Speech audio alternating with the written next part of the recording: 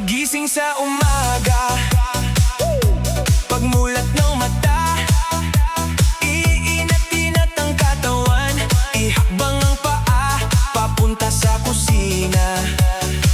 Ihanda ang almusal para sa panibagong umaga. Pagkatapos kumain, pahinga saglit, isa lang ang music. Ito ang gusto ko.